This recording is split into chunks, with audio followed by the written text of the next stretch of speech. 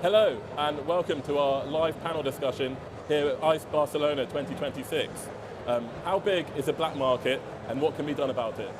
Today I am pleased to be joined by Ismail Vali, President of Gaming Compliance International and founder of YieldTech. Thank you. Hello Ismail.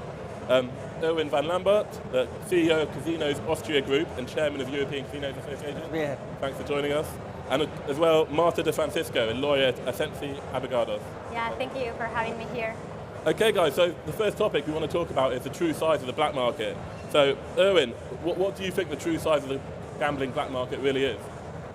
Well, thanks to this gentleman here, as being the chairman of the ECA, we really wanted to know, is it growing, how big is it, what do we need to do about it? Exactly the topic that we're talking about today.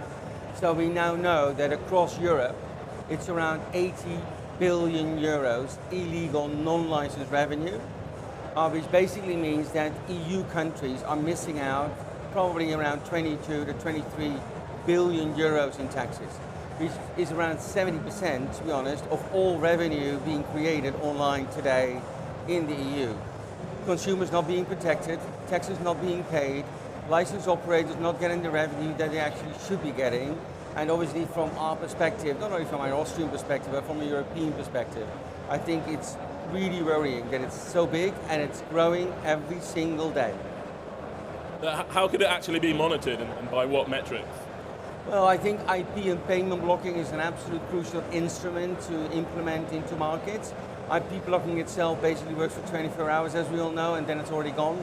So you need to have IP and payment blocking, and I think it's absolutely crucial to have a very clear consumer communication going about explaining to consumers how damaging it is not to play with a licensed controlled operator, because licensed operators have one goal.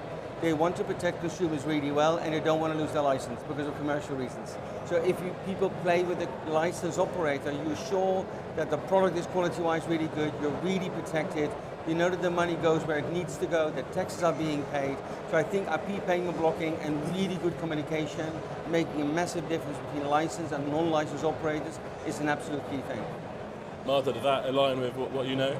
Yeah, well actually it was funny. Early today the Spanish regulator was talking about illegal market and how big it was in Spain, and he was not really worried about it because he said that it was around like 6% of the players that played in offshore operators.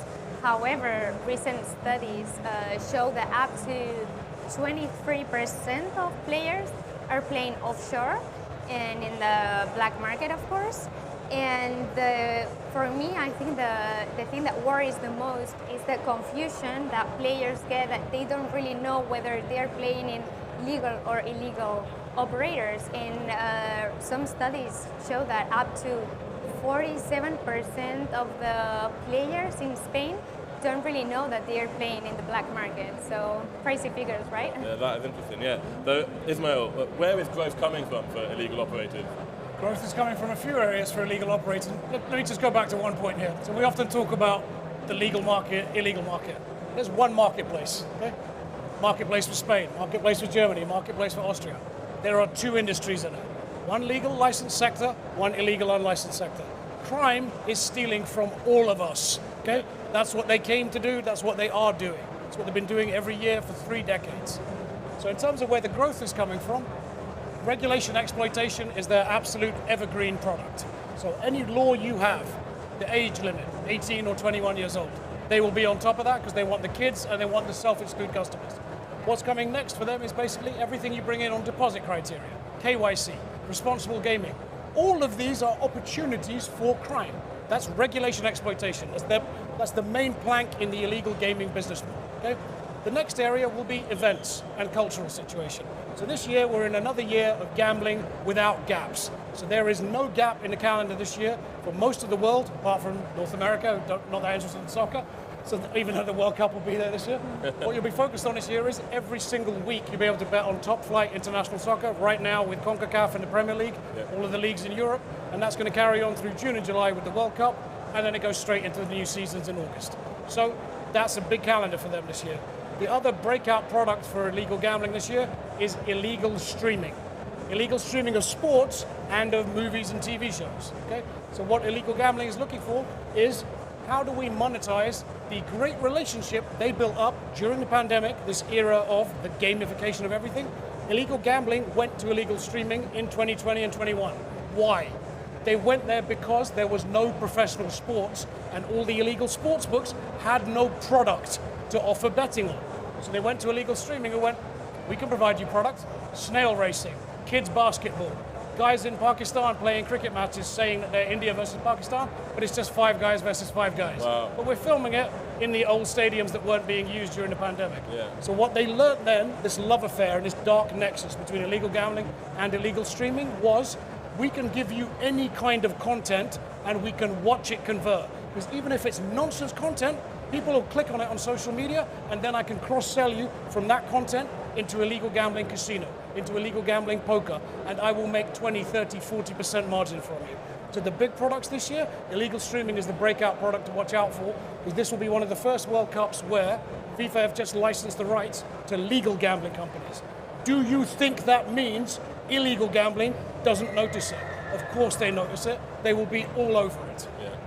Okay, so what does GCI YieldSec hear from clients across operations, regulation and law enforcement? What are the problem areas in dealing with the illegal sector that you've seen? It's not just one problem, illegal gambling, it's many problems. What does crime do with the money it makes from illegal gambling? More crime.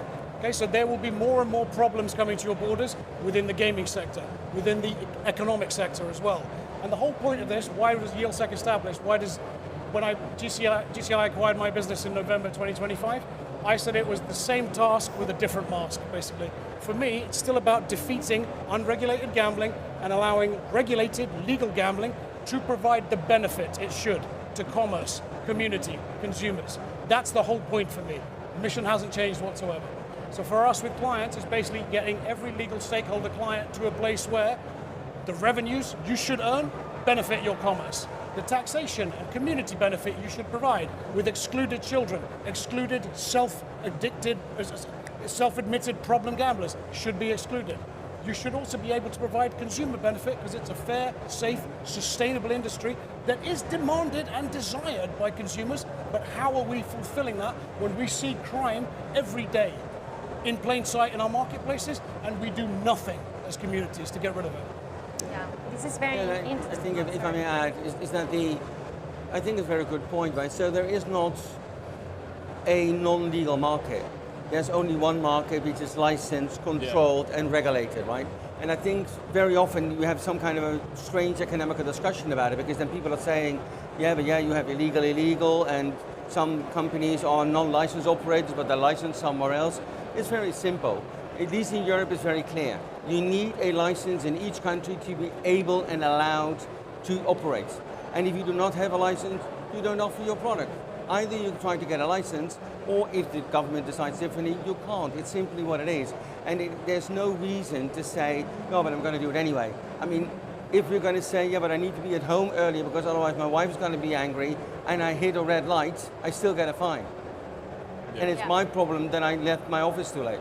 So it's very, very clear. There's no in the middle. It's either red or it's green. You have a license or you don't. So there's basically one market, and that market is well regulated, and that's good for the consumer, for the long run, but also for the long run. Yeah, no, I was about to say that what Ismail was talking about it is very interesting because yesterday the Spanish regulator was talking about how operators have these they really need to find and to look for those players that are like regular players that play for fun, and the other players are bad players. But the thing here is that high intensity players are the ones most prevalent in black market. So, I mean, what is better for them, to play in a safe environment in a regulated market, or just go and leak offshore? So, I mean, these type of players, they are not going to stop playing. No. Right? So it was funny for me to see how the Spanish regulator was telling the operators, like, no, these are not your players, we don't care about them. And it's exactly who you care about, because you want to be safe playing. You must care about every player in your community, because that community of players is what's leading to all of the commerce and all of the community benefit and taxation. So I only ever see in the gaming business, I came from operations, okay? I saw in the gaming business that it's one of these industries that's constantly maligned. Everybody, I remember my ex-mother-in-law used to constantly say, oh, it's immoral, the work you do, working for poker companies and gambling companies. Look at the tax we pay. Look at the jobs we create. Look at the consumer fund that's gained from it for the consumers who can interact with it properly. When you allow crime in, and all of us did unknowingly, because we all thought 20 years ago, if we basically legalize and regulate this thing, it will take care of itself. The legal business will out, customers will all flock to the ones who can advertise on TV, who can sponsor sports teams and the rest of it. And that is not what happened. What happened was crime went, we are not giving up the revenue that we had, and we are not rolling up our tents and leaving. We own this business and we want it for the future. So there is a dark connection to illegal and regulated gaming, and you must stamp it out to control those marketplaces. And as Owen said, it's every jurisdiction gets to decide its own destiny. So if I want in Austria this model, you can have that model, but you must monitor, police, enforce and optimize to protect that model and protect your audience. And commerce, community, consumer benefit. All of those things are worth billions of dollars a year. So if you're looking at what's going on in Europe, 80 billion a year stolen by crime. In America, $67 billion a year stolen by crime. In the UK, £500 million a year stolen by crime. So you add that up globally, you're looking at hundreds of billions of dollars over 3 decades now. It's unacceptable to have a crime story that big in plain sight, and yet we do nothing. Yeah. Exactly. I would say on the contrary, so there is something being done, taxes are being increased. So existing operators in many European countries now are being faced by higher taxes. To be honest, as an inhabitant of Europe, I understand that certain countries have certain deficits and financial needs. We all understand that. We all know that we have geopolitical problems that basically increases the NATO norm. So we need money for that. I totally understand that. And our industry needs to pay taxes to contribute to that as well. Completely fine. From all our taxes, hospitals, roads, defenses being paid, and that's completely fine. The problem is though, that is we now know that in Europe alone, it's an 80 billion euro market and we're losing our 22 to 23 billion euro in taxes. And you're taxing the existing licensed professional operators instead of very easily finding it somewhere else. There's something wrong with this picture. It's just weird. And it doesn't make any sense. I'm not saying I don't want to pay taxes, because every company needs to pay taxes. We as well. You might even agree upon a high percentage. I'm not very happy with it for my shareholders, but I would understand that. But you should try to get it somewhere else and not from the licensed operators, because we do protect the consumers.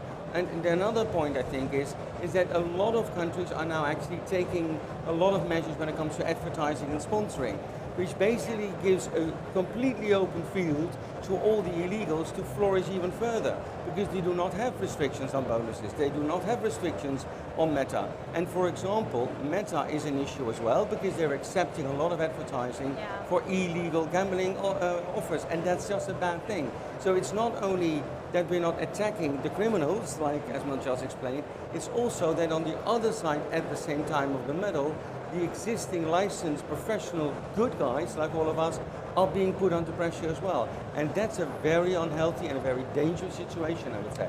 Look, there's one other example I'd give here.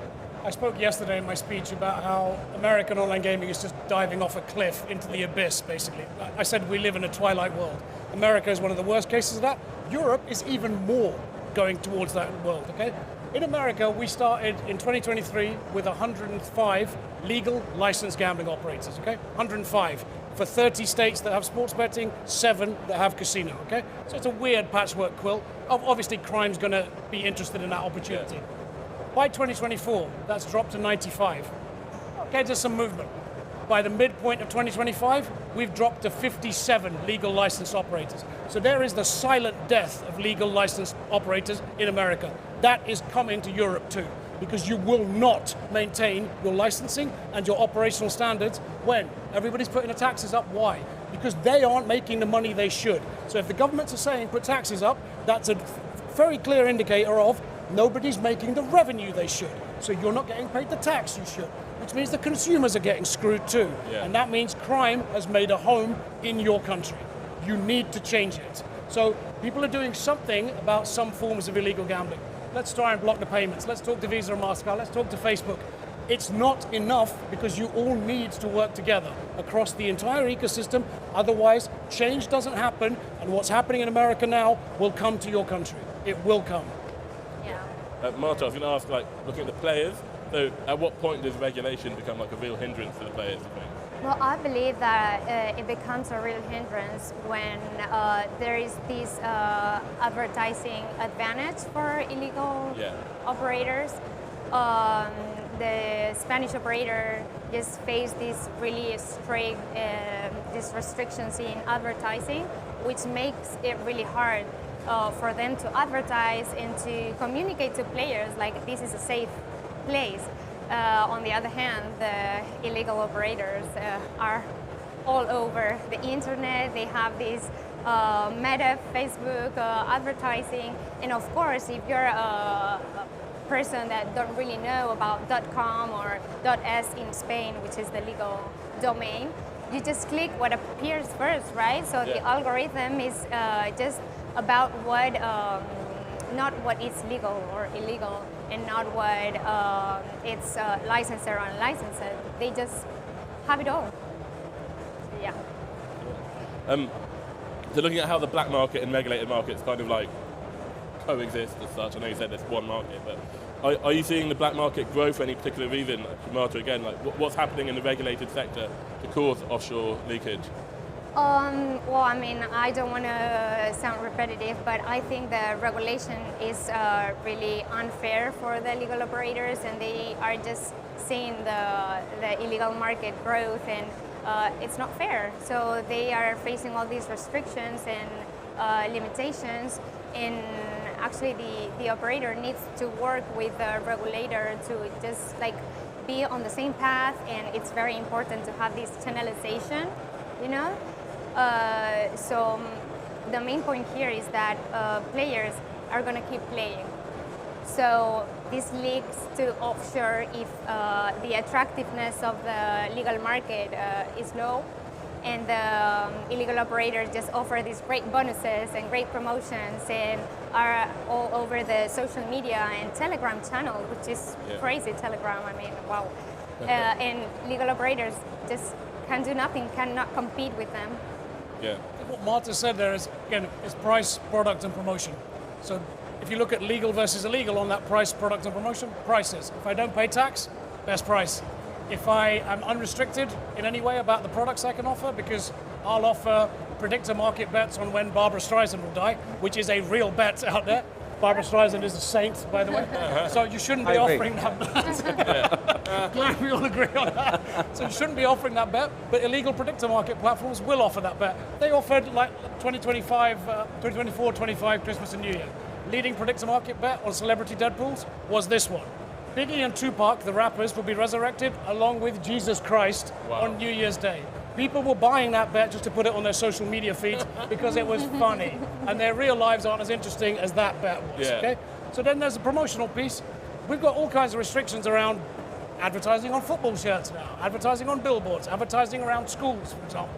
Illegal gambling doesn't need to listen to any of that stuff, because when they do illegal streaming of La Liga, Bundesliga, Premier League, international games at the World Cup, they repaint all the logos on the shirts. So there's no McDonald's and Ford branding on the World Cup illegal streaming version. There's illegal gambling advertising there. So price, product, and promotion, as Marta said here, illegal gambling wins every time. And they don't need to pay any taxes, don't obey any rules. The only area where illegal gambling doesn't have a benefit is they don't necessarily have land-based resorts. Yeah. But maybe that's coming soon too, if we don't put a stop to the crime online, because what does crime do when it makes money? More crime. Yeah. And you see, what's very interesting, I think, to my personal opinion, is that very often it was said that if you liberalize the market, your problem will be solved, which we now see after certain markets in Europe being open, we see that it's not the case.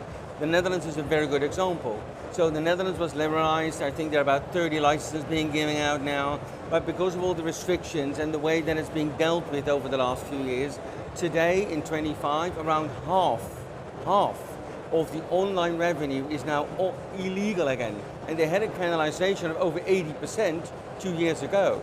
So it is a really complicated subject that really I always say you need to find the perfect balance, which we all know finding a perfect balance is always very complicated. Yeah. But it is really important, and I'm completely with Ismail, we really need to work together. Law enforcement, regulators, the industry, the operators, the suppliers, if we really take our industry really seriously, and I think we do, we're very, very proud to work in this industry, and a lot of talents are very proud to work in our industry, we really need to work together to really find the golden key to unlock really taking care of this, because it needs to happen. You mentioned there about perfect balance.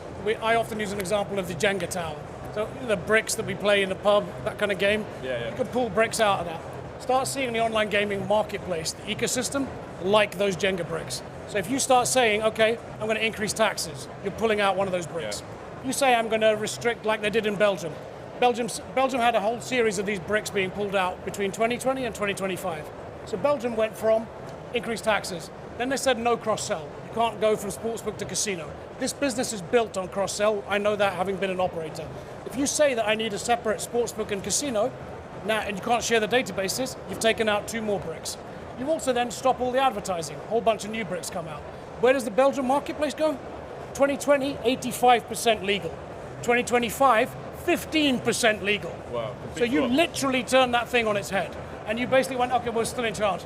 That regulation is basically going, yes, you can regulate however you want in a marketplace. That's up to politicians, lawmakers, and the regulators. Run your market your way. It is Burger King when it comes to that. Have it your way, okay? However, if you have not removed crime, you are basically grafting a legal business on top of an illegally dominated marketplace. They will still get their share, and they will grow at the same time as the legal business initially grows. And that's what you're seeing in America and Europe right now. You have failed because crime hasn't been removed. And I am not saying it's anybody's fault. Crime brought this to our marketplaces. Blame them. But let's work together to defeat them. Yeah. But when regulation shifts, Ismail, how exactly does the black market react to it? They are clearly organised well enough to react to this stuff, right? They hear that regulation changing and it's opportunity knocks. Yeah. It's like, how do I get advantage of this? So in any country where they're saying we're going to increase the age limit for gambling from 18 to 19 to 20 to 25, say hello to more children gambling. That's all that's going to happen. Wow. So they will offer it. They're the one-stop shop everywhere you go because that's their business. And what they understood clearly during the pandemic was, we like the gambling business. Why? Crime used to love the gambling business for one reason: money laundering.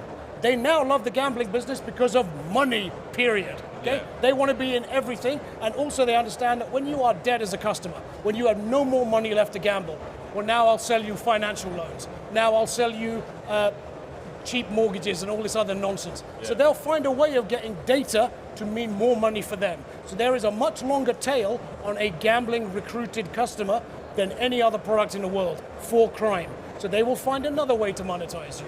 So don't look at this as the control of, they just came for the gambling. They came for the audience. That's it. Okay, so what can be done to combat the black market? So what new technologies and innovations are available that can help combat the illegal market? I built it at Yilsec and I sold it to GCI and it exists already. So across the ecosystem, there are 8 essentials: search, site, social, etc.